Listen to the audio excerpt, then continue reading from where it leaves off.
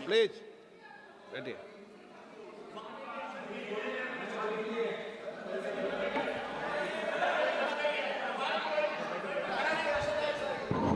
मान्यवर, मैं आपके माध्यम से कहना चाहता हूं, थोड़ा धैर्य रखे भैया, अभी तो शुरू हुआ है, अभी तो शुरू हुआ है।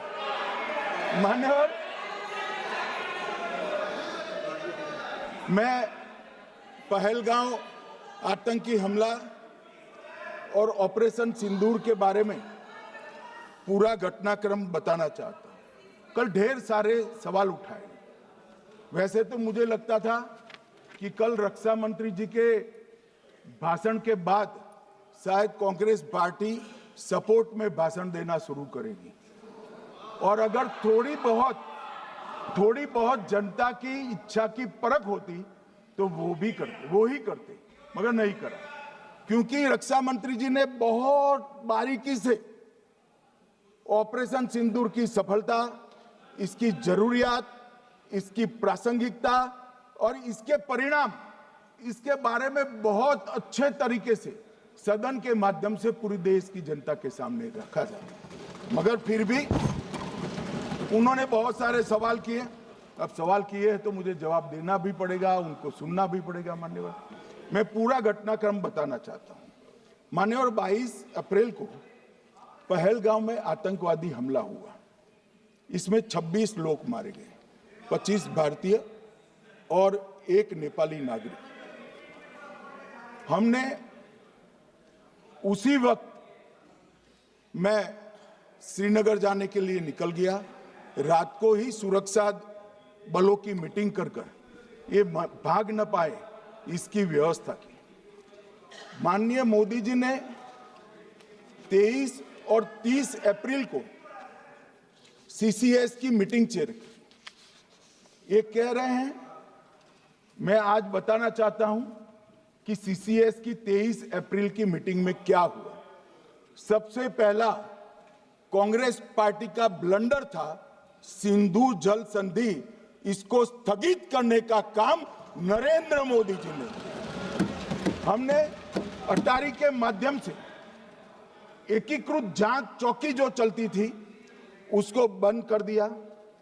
पाकिस्तानी नागरिकों के सार्क वीजा को सस्पेंड कर सभी को वापस पाकिस्तान भेजने का काम किया।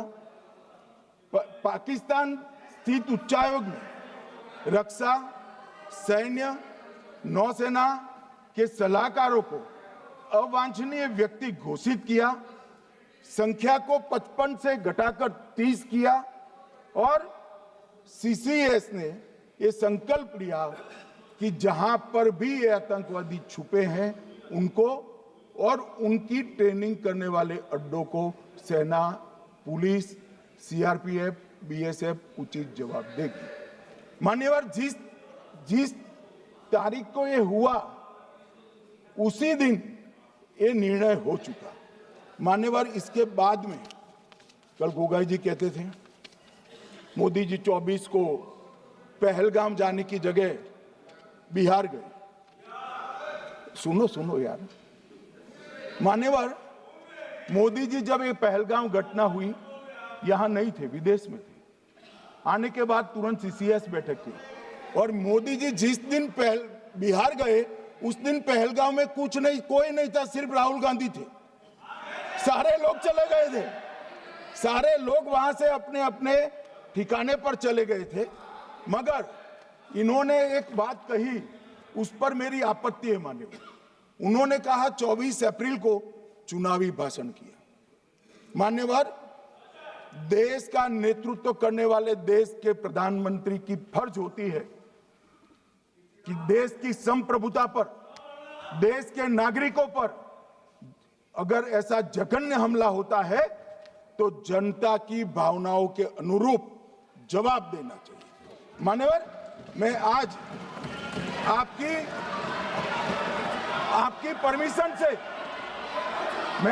परमिशन से मोदी जी के बिहार भाषण के कुछ अंश पढ़ना चाहता हूं। कोट अनकोट है। 22 अप्रैल को 22 अप्रैल को पहलगाम का ये हमला केवल निहत्थे पर्यटकों पर नहीं बल्कि पूरे भारत की आत्मा पर एक दुस्साहसपूर्ण प्रहार है। आतंकवाद के प्रति दृढ़ और कड़ा रुख आतंकियों और इसके हमले की साजिश रखने वालों की कल्पना से भी बढ़कर उनको सजा दी जाए। मान्यवर, महत्वपूर्ण है आतंकियों और इसकी साजिश रचने वाले दोनों को। आतंकियों की बची खुची जमीन भी मिट्टी में मिलाने का समय आ गया है। 140 करोड़ भारतीय इस बात के लिए एकजुट है कि आतंक के आकाओं की कमर तोड़ दी जाएगी। भारत हरेक आतंकवादी और उनके समर्थकों की पहचान करेगा, उनका पता लगाएगा और उन्हें दंडित करेगा। आतंकवाद कभी भी भारत की आत्मा नहीं तोड़ पाएगा। न्याय सुनिश्चित करने का मैं हर संभव प्रयास करूंगा। अनकोट। अब इसमें किसी को चुनावी भाषण दिखाई पड़ता है तो उसकी समझ शक्ति पर बहुत सारे सवालिया निशान लग जाते हैं। ये चुनावी भाषण नहीं है, आतंकवाद के खिलाफ लड़ने का 140 करोड़ भारतीयों का प्रतिघोष है जो मोदी जी ने वहां दिया। इनको चुनावी भाषण दिखाई पड़ता है। जैसे चश्मे होते हैं ऐसी ही दृष्टि होती है। मान्यवर, इसके बाद 30 अप्रैल को मान्यवर 30 अप्रैल को सीसीएस की बैठक हुई। पहले 23 को हुई थी। उसमें सशस्त्र बलों को पूर्ण ऑपरेशन की फ्रीडम दे दी गई। प्रधानमंत्री मोदी जी ने सीसीएस की उपस्थिति में रक्षा मंत्री, एनएसए और सेनाओं के प्रमुख के साथ बैठकर पूर्ण ऑपरेशनल फ्रीडम देने का काम किया और इसके बाद ये ऑपरेशन सिंदूर हुआ। मान्यवर, ऑपरेशन सिंदूर 7 मई को रात को 1:04 से 4 मिनट से 1:24 तक चला। उसमें पाकिस्तान के 9 आतंकी ठिकानों को ध्वस्त कर दिया और पूरी दुनिया ने इसके दृश्य देखे। साहब, इससे बड़ा संयमित हमला नहीं हो सकता। आजकल दुनिया में युद्ध चल रहे हैं, हम देख रहे हैं, बच्चे मर रहे हैं, महिलाएं मर रही, निर्दोष मर रहे। हमने 9 आतंकी अड्डों को समाप्त किया परंतु एक भी सिविलियन नहीं मारा गया, केवल और केवल आतंकी मारे। स्थान थे मरकज सुभान अल्लाह बहावलपुर, मरकज तैयबा मुरीद के, महमूना जाया कैंप सियालकोट, अरे नाम सुनो काम में आएंगे, सरजाल camp Sialkot, Sawai Nala camp Muzaffarabad, Syedna Bilal camp Muzaffarabad, Gulpur camp Kotli, Barnala camp बिंगबर्ग और अब्बास कैंप कोटली।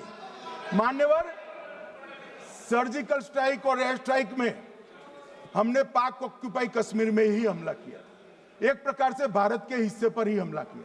पाक ऑक्यूपाई कश्मीर हमारा ही है, तो हमने तो हमारे हिस्से में हमला किया। मगर इस बार 100 किलोमीटर अंदर घुसकर पाकिस्तान की भूमि पर आतंकवादियों को तबाह करने का काम। और मान्यवर, ये आतंकी के ठिकानों पर हमला हुआ, इसमें मारा कौन गया?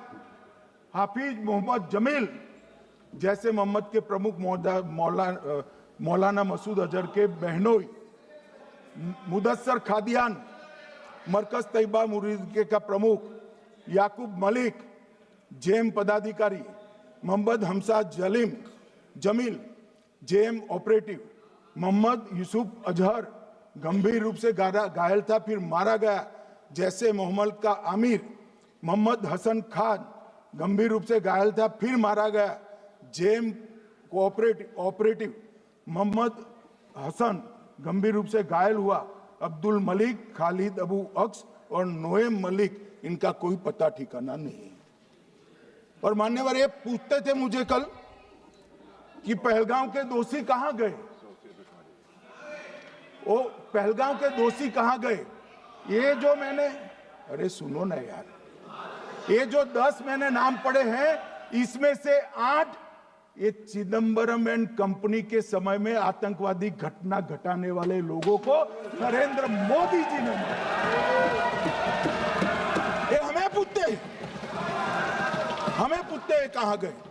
अरे भाई, आपके समय में जो छुप गए थे उनको चुन चुन कर हमारी सेना ने समाप्त कर दिया है। और ये 10 नहीं, कल राजनाथ जी घबराते घबराते बोले हैं, अब ऑथेंटिक शब्द का है, मैं बढ़ा नहीं सकता, मगर कम से कम 100 लोगों को हमारी सेना ने समाप्त, 100 से अधिक लोगों को हमारी सेना ने समाप्त करने का कहा। मान्यवर, और इस पर भी गर्व नहीं कर सकते आप, इस पर भी गर्व नहीं कर सकते।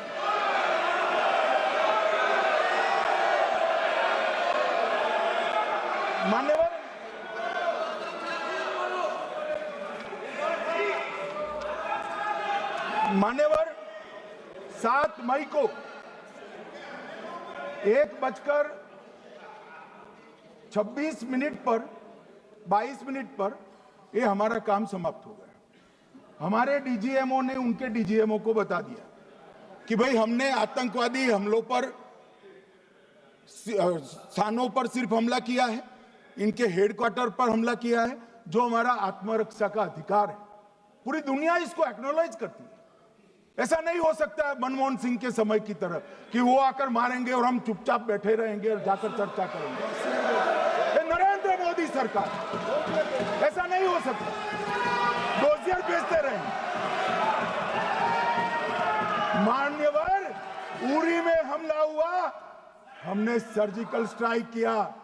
पहलगाम में हमला हुआ, एयर स्ट्राइक करा, और अरे पुलवामा में हुआ, एयर स्ट्राइक करा, और पहलगाम में हमला किया। 100 किलोमीटर अंदर जाकर 9 अड्डों और 100 से ज्यादा आतंकवादी को समाप्त। मान्यवर, अब देखिए, हमने तो हमला किया था पाकिस्तान स्थित टेररिस्ट ठिकानों पर। अब पाकिस्तान से गलती हो गई, टेररिस्ट ठिकानों पर जो हमला किया था उसको वो अपने पर का हमला मान बैठे, और पूरी दुनिया में कहते थे कि हमारा टेररिज्म से कोई लेन देन नहीं है। ये तो अब ऐसे ही ग्रुप करते, हम तो विक्टिम है, जो मनमोहन सिंह ने सर्टिफाइड भी कर दिया था कि ये भी विक्टिम है। मान्यवर, मगर दूसरे दिन इनकी श्रद्धांजलि का कार्यक्रम हुआ और पाकिस्तान को मालूम नहीं पड़ा कि ये पूरी दुनिया देखेगी। सेना के आला अफसर उनके नमाजे जनाजा में उपस्थित हुए, उनके जनाजे को कंधा दिया, और ये सारे आतंकवादियों के जनाजे के जुलूस के अंदर पाकिस्तानी सेना, इनके अफसर, आईएसआई के अफसर, वहां की पुलिस के अफसर अश्रुभीनी आंख के साथ जुड़े थे। और मान्यवर, ये सिंदूर ने पाकिस्तान को पूरी दुनिया में एक्सपोज कर दिया कि पाकिस्तान के अंदर टेररिज्म स्टेट स्पॉन्सर्ड टेररिज्म है। ये पूरी तरह से, मान्यवर, पूरी तरह से एक्सपोज हो गया। 8 मई को पाकिस्तान ने हमारे रिहायशी इलाकों में हमला किया, हमारे सेना के अड्डों पर हमला किया, मगर एक भी मिसाइल से उनका कुछ नुकसान नहीं कर पाई। बहुत नजदीक से की हुई गोलाबारी के कारण हमारे एक गुरुद्वारा टूटा, एक मंदिर टूटा, कुछ हमारे नागरिक हताहत हुए। और दूसरे दिन 9 मई को मोदी जी ने सेना को हुक्म दिया, एक मीटिंग करी, राजनाथ जी, मोदी जी, एनएसए, सेना के सारे अध्यक्ष, और जवाब देने का तय किया और उनके 11 एयरबेस को क्षतिग्रस्त करने का काम किया। मान्यवर, 8 एयरबेस इतने सटीक तरीके से तोड़े गए, पाकिस्तान की पूरी एयर डिफेंस सिस्टम धरी की धरी रह गई, कुछ नहीं कर पाई। नूर खान चकलाला एयरबेस तोड़ दिया गया, मुरीद तोड़ दिया गया, सुगुर्दा तोड़ दिया गया, रफीकी तोड़ दिया गया, रहीम यार खान तोड़ दिया गया, जकोबाबाद तोड़ दिया गया, सुक्कुर और भोलारी भी तोड़ दिया गया। और सुक्कुर, लाहौर, अरिफवाला, चुनेन, झकोकाबाद और नया चोर, ये 6 रडार सिस्टम भी उनके पूरी तरह से ध्वस्त कर दिए। 2 surface to air guided weapon Lahore और ओकारा में इनका जखीरा भी समाप्त कर दिया गया। और मान्यवर, ये हर चीज में पॉलिटिक्स करते, हर चीज में। जब उन्होंने हमारे रिहायशी इलाकों पर हमला किया, फिर भी हमने इनके रिहायशी इलाकों पर हमला नहीं किया, सिर्फ इनके एयरबेस और एयर डिफेंस सिस्टम को निशाना बनाया और उनकी आक्रमण करने की क्षमता को पंगु कर रख दिया। हमारी पूरी सेना, पूरी वायुसेना, पूरी नौसेना अक्षुण्ण थी और उनकी हमला करने की क्षमता को हमने छिन्न विछिन्न कर दिया। पाकिस्तान के पास शरण में आने के अलावा और कोई चारा ही नहीं था। इसलिए मान्यवर, इसलिए 10 मई को डीजीएमओ ने, पाकिस्तान के डीजीएमओ ने भारत के डीजीएमओ को फोन किया और 5 बजे हमने इस संघर्ष को